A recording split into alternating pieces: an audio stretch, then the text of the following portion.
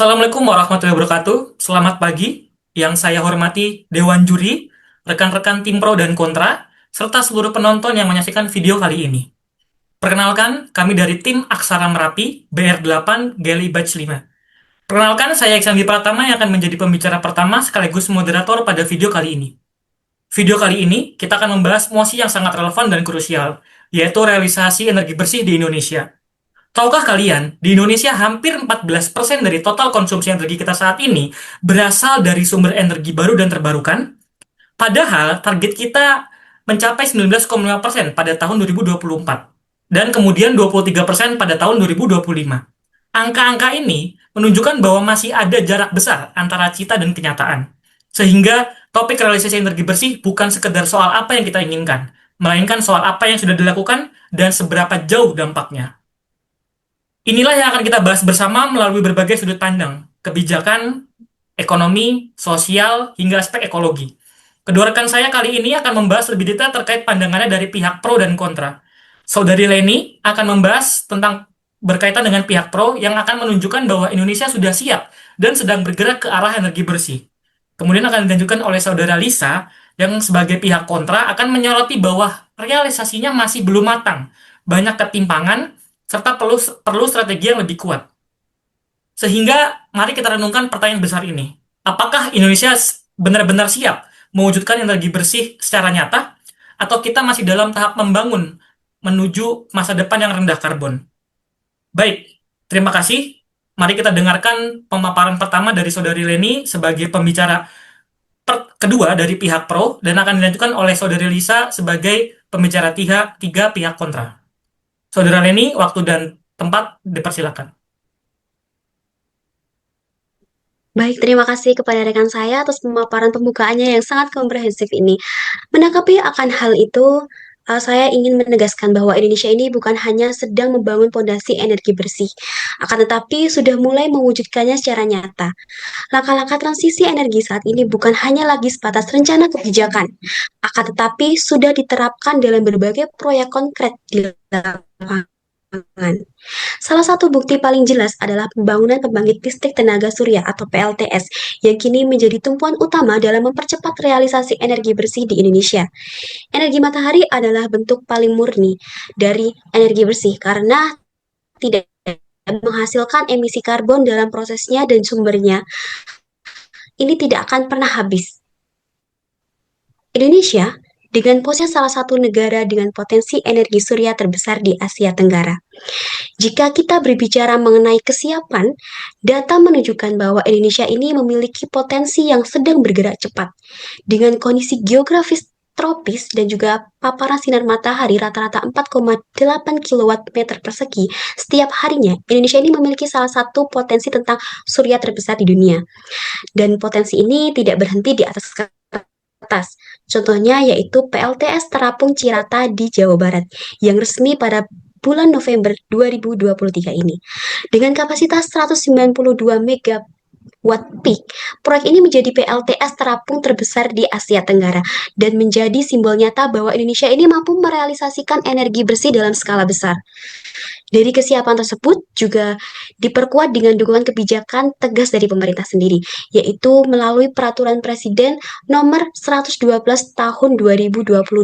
Pemerintah ini menargetkan bahwa bauran energi terbarukan sebesar 23% pada tahun 2025. Pemerintah menegaskan tercapainya target net zero emission pada tahun 2060. Selain itu juga Indonesia berkomitmen dalam Just Energy Transition Partnership atau JETP dalam sebuah kerjasama internasional untuk menurunkan emisi karbon pada sektor kelistrikan yaitu sebanyak 250 ton karbon dioksida pada tahun 2030. Nah, langkah-langkah ini menunjukkan bahwa pemerintah tidak hanya membuat kajian atau kebijakan, akan tetapi juga membuka ruang investasi, memberikan pajak, dan juga mempercepat proyek-proyek energi bersih di berbagai daerah. Dari sisi ekonomi, pengembangan PLTS ini juga membuka lapangan kerja hijau pada bidang instalasi, perawatan, hingga pengolahan sistem energi. Hal ini menunjukkan bahwa transisi energi tidak hanya ditopang oleh pemerintah, akan tetapi masyarakat sendiri yang sudah mulai aktif dan dalam berperan sendiri. Nah, sebagai contohnya, muncul berbagai komunitas seperti Solar Rooftop Community dan juga gerakan Desa Mandiri Energi yang membuktikan bahwa perubahan bisa dimulai dari tingkat lokal.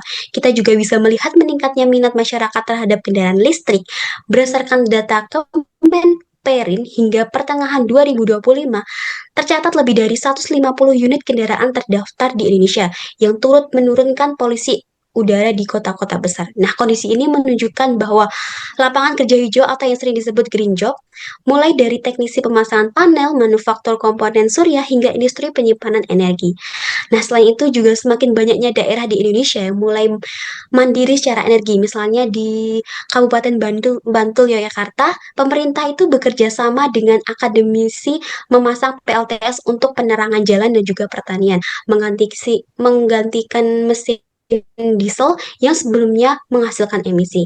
Nah, ini adalah contoh konkret bahwa energi bersih tidak hanya slogan, tetapi juga menjadi solusi nyata di lapangan. Dengan percepatan realisasi energi bersih ini, Indonesia sedang melakukan langkah menuju ekonomi rendah karbon sendiri. Nah, langkah ini menjadi penting karena dunia saat ini sedang bergerak ke arah industri hijau dan menuntut negara-negara untuk menekankan emisi karbon. Jadi, menanggapi pernyataan pembuka tadi, benar bahwa tantangan masih ada, tetapi kemajuan Indonesia dalam mewujudkan energi bersih tidak bisa diabadikan. Oke, saya kembalikan lagi ke Kak Isan. Terima kasih. Baik, terima kasih saudara ini atas pemaparan dari pihak pro yang sangat luar biasa dan bisa kita terima. Maka dari itu, saya persilakan saudari Lisa sebagai pembicara ketiga selaku pihak kontra akan menyanggah atau berargumen dari pihak kontra. Saudari Lisa, waktu dan layar dipersilahkan. Baik, terima kasih kepada rekan saya. Selanjutnya, terima kasih juga kepada saudara Pro. Namun, beberapa klaim terdengar terlalu optimis dan belum mencerminkan realitas di lapangan. Berdasarkan data dan fakta, transisi energi bersih di Indonesia masih menghadapi hambatan ekonomi, teknis, dan lingkungan. Yang pertama, saudara mengatakan energi matahari merupakan energi yang paling murni. Memang energi matahari merupakan energi paling murni, tetapi panel surya dan baterainya tidak. Produksi panel surya dan baterai yang diimpor tetap menghasilkan emisi, dengan masing-masing 37,3 sampai 72,2 gram CO2 per kilowatt hour untuk panel dan 48 sampai 120 kg CO2 per kilowatt hour untuk baterai. Artinya, Indonesia sebenarnya mengimpor emisi karbon. Selain itu, ketergantungan pada nikel dan litium memicu penambangan masif di dalam negeri dengan tata kelola perusahaan yang masih lemah. Contohnya, PT Vale mencemari 38 hektar sawah dan aliran sungai akibat kebocoran pipa. Dengan demikian, energi surya di Indonesia belum benar-benar bersih dan menimbulkan beban ekologis baru. Kemudian, saudara menyebut PLTS Terapung Cirata sebagai bukti keberhasilan energi bersih. Faktanya, kapasitasnya hanya 192 megawatt peak atau cukup untuk 50.000 rumah dengan biaya 2,1 triliun. Sebagian besar dari pinjaman luar negeri dan BUMN. PLTS Cirata lebih tepat disebut sebagai proyek percontohan. Membangun fasilitas serupa di 38 provinsi akan menelan ratusan triliun rupiah dan menjadi beban anggaran nasional, mencerminkan keterbatasan kesiapan Indonesia dalam skala besar. Yang ketiga, komitmen pemerintah dan net zero emission. Meskipun Penpres menargetkan bauran energi terbarukan sebesar 23% pada tahun 2025 dan net zero emission pada tahun 2060, realisasi pada tahun 2024 baru mencapai 13-14%. Lebih dari 80 komponen panel surya dan infrastruktur energi bersih masih diimpor dari negara lain. Dengan kata lain, kebijakan masih deklaratif dan belum didukung kapasitas teknis nasional, sehingga targetnya ini masih sangat jauh. Kemudian poin yang keempat, biaya efisiensi dan PLTS. Biaya pembangunan PLTS tinggi sebesar 900.000 sampai 1,2 juta per megawatt. Ya, ini belum termaksud baterai storage yang menambah 30 sampai 40% biaya, serta faktor efisiensi tergantung kondisi geografis yang dimana di wilayah hujan tinggi itu daya yang dihasilkan hanya sebesar 14 sampai 17%, jauh di bawah PLTU yang mencapai 70 sampai 80%. Dengan biaya besar dan efisiensi yang rendah, PLTS berpotensi membebani APBN tanpa meningkatkan ketahanan energi yang signifikan. Yang kelima yaitu kesadaran masyarakat memang meningkat. Tercatat 150.000 kendaraan listrik, namun lebih dari 60% listrik nasional itu masih dari PLTU atau batubara. Kendaraan listrik belum sepenuhnya nol emisi. Emisinya hanya berpindah dari knalpot ke cerobong PLTU. Sehingga ini mempercepat PLTS dan kendaraan listrik tanpa sumber energi terbarukan yang memadai beresiko menciptakan ilusi energi bersih. Indonesia harus memastikan listrik benar-benar terbarukan sebelum menjadikan kendaraan listrik sebagai simbol transisi energi. Kesimpulan, transisi energi tidak boleh tergesa-gesa. Batu bara masih menjadi sumber listrik yang paling andal dan terjangkau. Bisa dioptimalkan dengan teknologi bersih tanpa membebani APBN. Arah energi nasional seharusnya tidak meninggalkan batu bara, melainkan menjadikannya pilar utama menuju kemandirian energi yang realistis dan berkelanjutan. Saya kembalikan kepada rekan saya. Terima kasih Saudari Lisa dari pemaparan pihak kontra yang sangat luar biasa dan tepat waktu.